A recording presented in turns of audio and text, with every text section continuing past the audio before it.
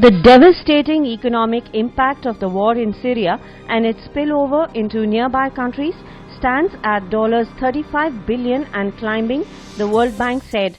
The estimate, included in a quarterly World Bank report on the Middle East and North Africa, was released on the same day that world leaders in London pledged more than $10 million through 2020 to help the Syrians.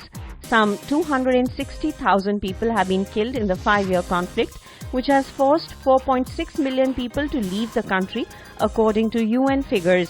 The Syrian war and its effect on Turkey, Lebanon, Jordan, Iraq and Egypt have cost close to an estimated $35 billion in output, the World Bank said.